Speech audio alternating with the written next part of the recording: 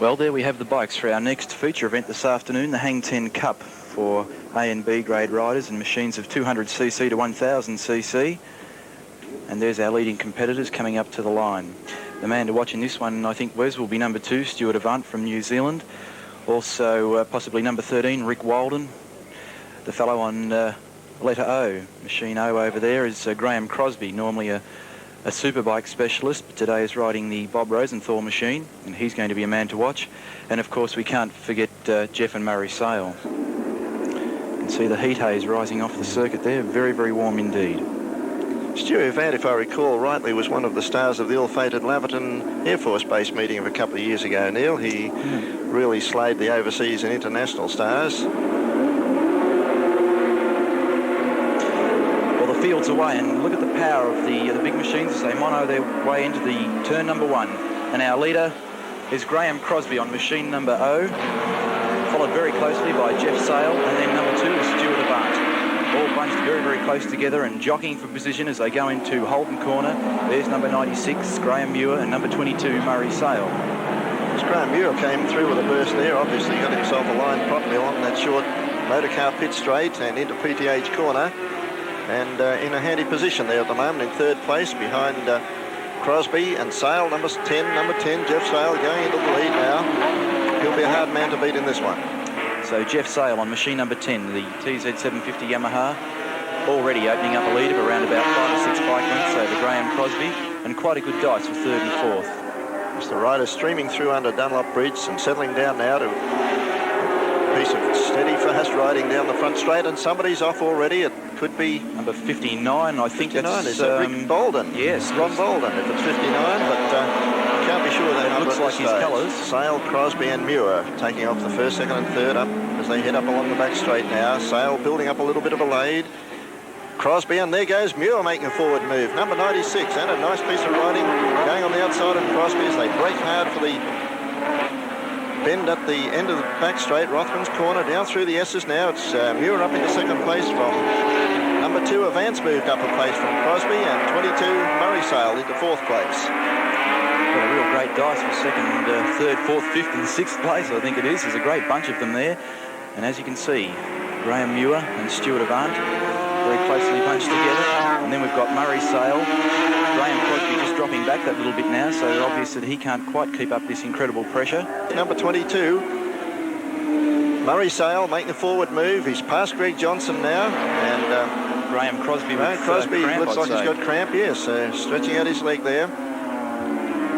Look at Muir. Then we've got Avant, Murray Sale on machine 22, and all 4 of those riders bunched extremely closely together.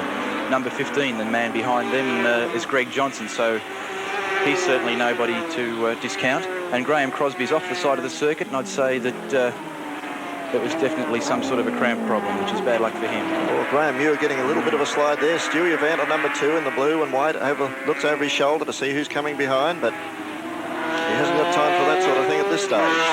All of them seem to be riding the cantilever Yamahas, Wes.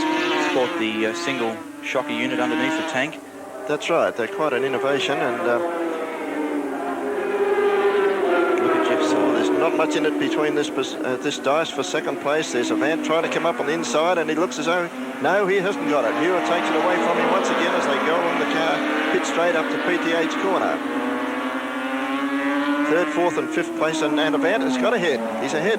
Another rider down, so the slippery circuit's taking its toll. I dare say there's quite a bit of rubber and oil on the track now. Well, it's pleasing to see, Neil, that the couple of riders who've been down, they're probably just shaken up for the moment, and you'll see that they're on their feet and no damage done, which is extremely fortunate at these high speeds. Well, now the interesting thing is, Wes, whether or not Stuart Avant can catch the flying Jeff Sale. He's certainly got the international experience, but let's keep an eye on that number 96 machine, Graham Muir. He's certainly not going to give up.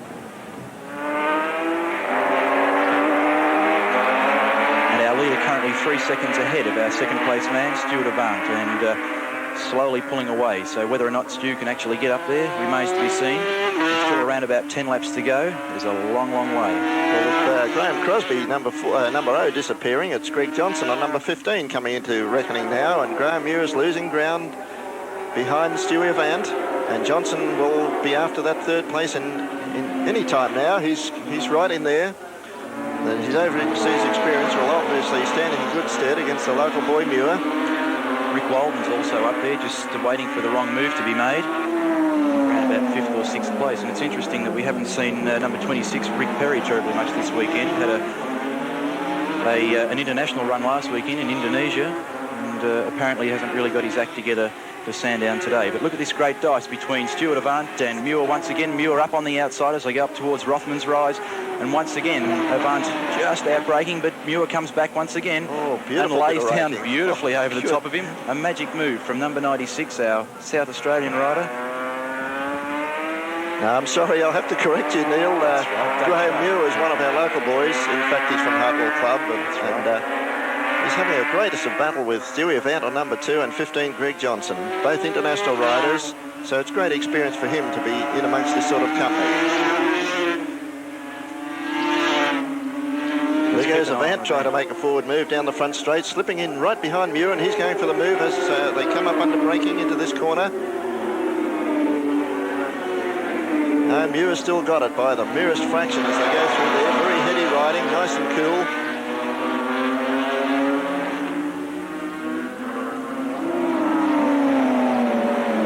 Well, our leader has a 4-second lead with 9 laps to go, and the battle's on for the 2nd, 3rd and 4th placing between Graham Muir, number 96, number 2, Stewie Avant, and number 15, Greg Johnson. Let's keep an eye on Avant this time as he goes up over the rise. Hard, isn't he? Pulling those revs incredibly. Now let's see if Muir can take it back under brakes again, and he does. And right down over the top once again. He's certainly got his Rothman's area sorted out, and Stuart Avant suffering from cramp this time as they go around Goodyear Corner. You see the leg go out there, try to relieve the tension from braking and gear changes and so on. Once again, that little section of concrete. Oh no, Stuart Avant with problems once again in the exact same place. What a disappointment that is. So very bad luck for our New Zealand rider. But good luck for Graham Muir. Now he's only got Greg Johnson to worry about for the time being, because they're well and truly clear of the 4th man. There he is, number 10, Jeff Sale, on the TZ750.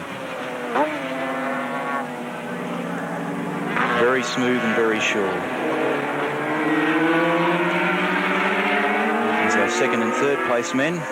Number 96. Number 96, Graham Muir. Yes, Neil, he's getting quite a bit of pressure now from Greg Johnson, closing the gap gradually. He's really starting to worry him because he's getting right up there into that slipstream area. And he only has to get that little bit more power as they come down towards the end of the main straight, and he can slip through without any worries whatsoever.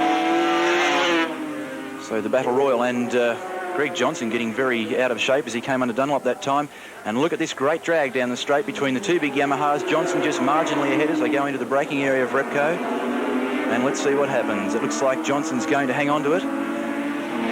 Very, very close, and look at them lay right down on the cowling. So now the job ahead for Greg Johnson to maybe whittle that lead away that Jeff Sale has.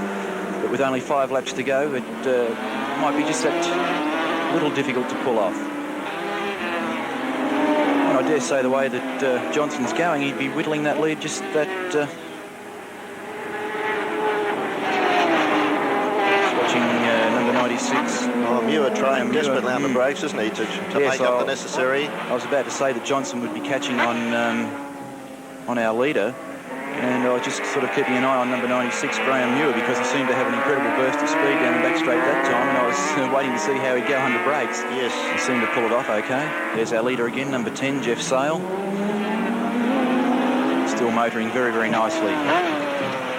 He is just so smooth, Wes, it's incredible. Yes, well, like a well-oiled machine, isn't it? Yep, magic. Sweeping down through the S's, laying the Yamaha over. Clockwork in motion, very, very nice indeed. Oh, he's well and truly clear, Neil. You can't see anyone else in the background at this stage. Yes, has to look over his shoulder once again, can see he's well and truly clear. He seems to be getting through that concrete patch a lot smoother than the others too, Wes. Yes, obviously he has the bike set up from a suspension point of view, almost perfect condition. Over his shoulder once again, and he's certainly intent on having a look what's happening behind. Blue flag out, indicating 1 lap to go. And at this stage of the game, it looks like Jeff Sale may be the victor.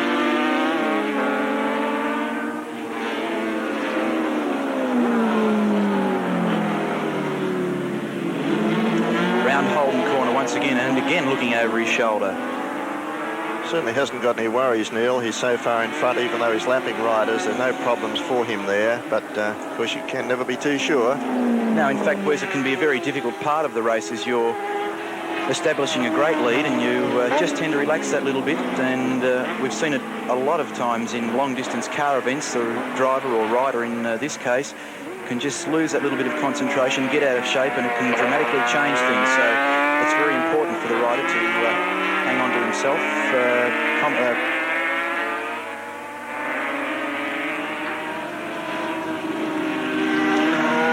Well, Jeff Sale to take the win.